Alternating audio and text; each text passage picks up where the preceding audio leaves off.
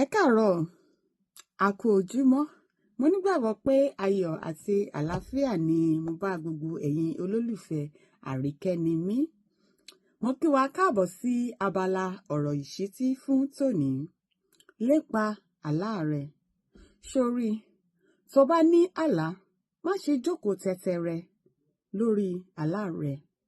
Gbìyànjú lépa wípé àlá rẹ wá sí ìmúṣẹ.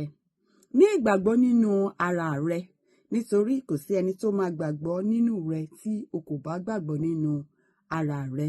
Gbìyànjú láti ṣe ohun tí o lè ṣe láti rí i pé àlá rẹ wá sí ìmúṣẹ.